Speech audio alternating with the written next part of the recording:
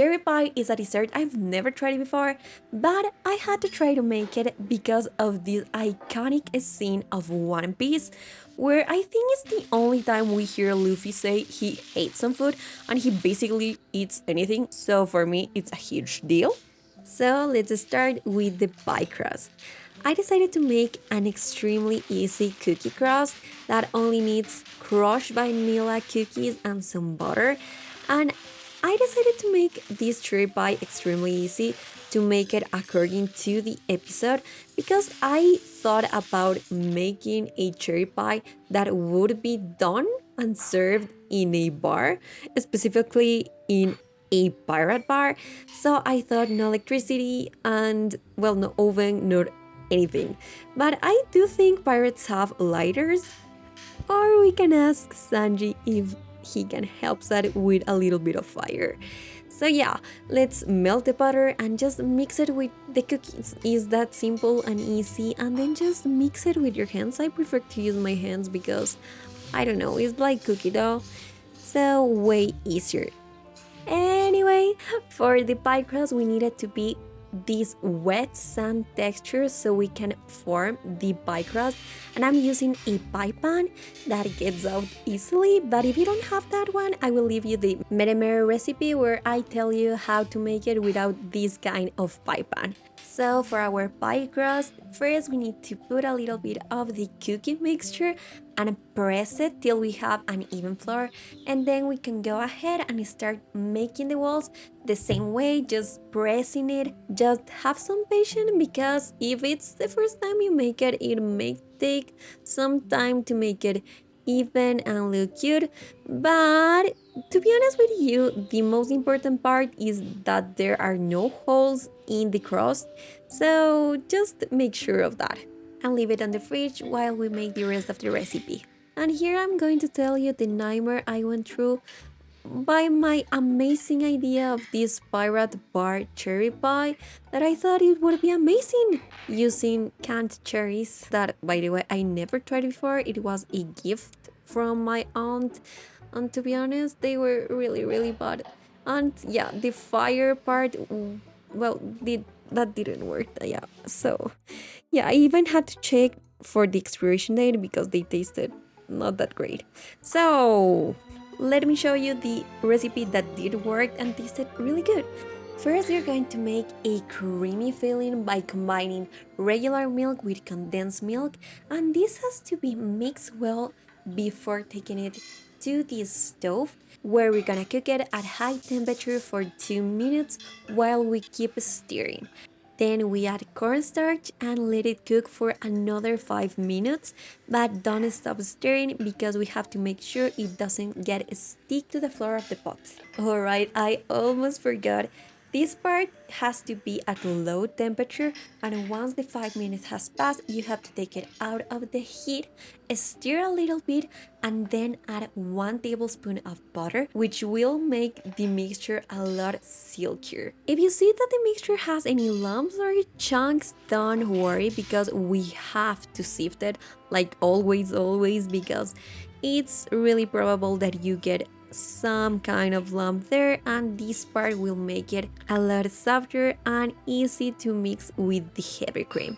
Talking about the heavy cream, we need to make whipping cream, which can be a little bit difficult. I try making it by hand, but I don't have the strength to make it. I don't know, maybe if I have, I don't know, Zoro, Luffy, or anyone to help me, but I couldn't do it.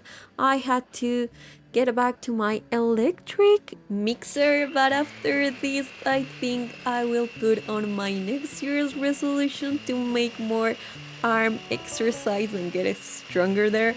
Because no, I couldn't make it. Also, I decided to whip the condensed milk a little bit before adding it little by little, like 1 spoon by 1 spoon to the cream.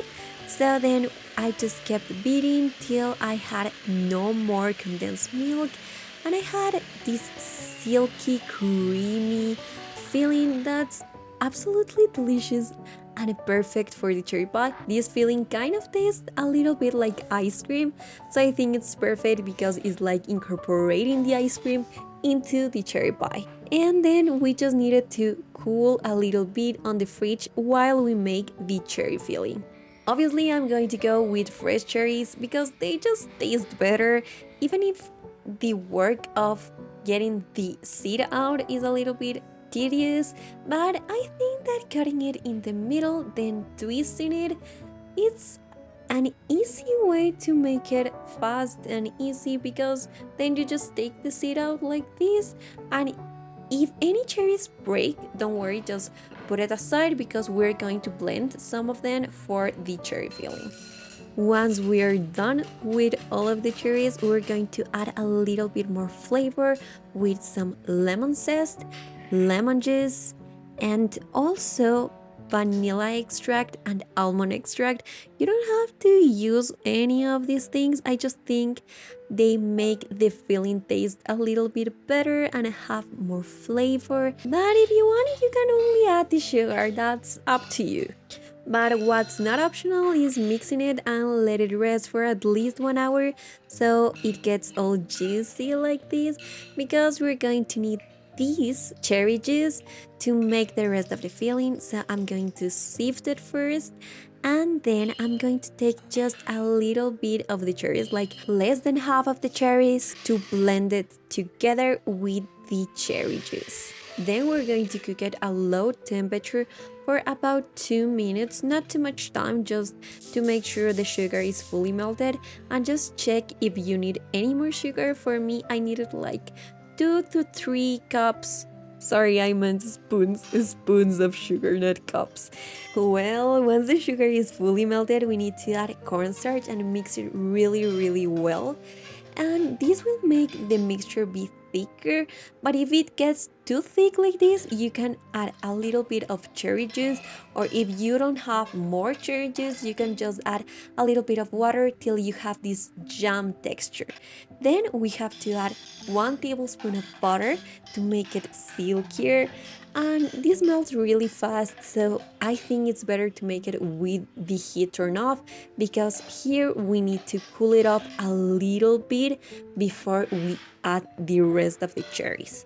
Here you can cook it a little bit more if you want the cherries to be softer and more sweet, but for the purpose of the video, I'm not going to cook them because I want them to be more round like the ones on the One Piece episode. This is ready, but as you can see, it's a little bit pale, so I'm going to add a little bit of food coloring, and only do this if you're going to serve it to other people and you want it to look really pretty, and also only use high quality food coloring that does not add any flavor to the pie.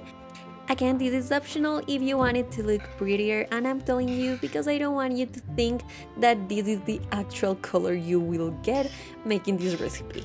So yeah, now we're going to put it on top of the cream, and you have to be really fast because this is going to mix. Don't worry, that's totally fine.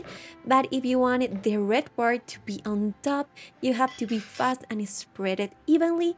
And if you are feeling extra today, you can also take a toothpick and turn the cherries around so they look round on top. And now this has to cool overnight, at least 8 hours. And if you want it to taste like an ice cream pie, freeze it and it's delicious.